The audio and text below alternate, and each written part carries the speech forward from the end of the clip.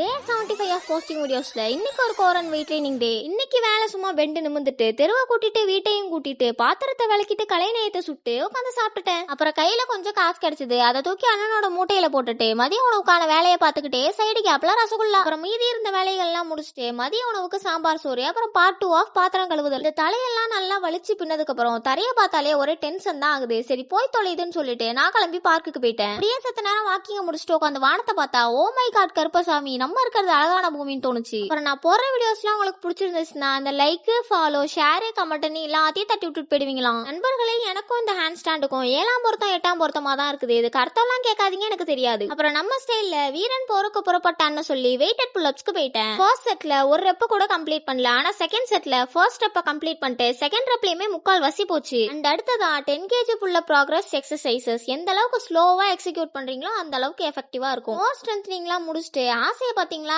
1 lakh பிளான்ஸ்க்கு முயற்சி பண்ணிட்டு இருக்கேன். எல்லாருக்குமே தெரியும் எனக்கு உள்ளங்க எப்படி வேர்க்கும்னு சொல்லி. அதோட இந்த பேர்லெட்ஸை யூஸ் பண்ணியுமே சும்மா பேய் கிரிப் டிராகன் பிளாக வீடியோ எடுக்க மறந்துட்டேன். அதனால பழைய கிளிப்பை வச்சு மேனேஜ் பண்ணிக்கிறேன். அப்புறம் இரவு உணவை சாப்பிட்டு மீன் எண்ணெய் போட்டேன். நிலைத்தன்மையோட இருங்க, நாளைக்கு பார்க்கலாம்.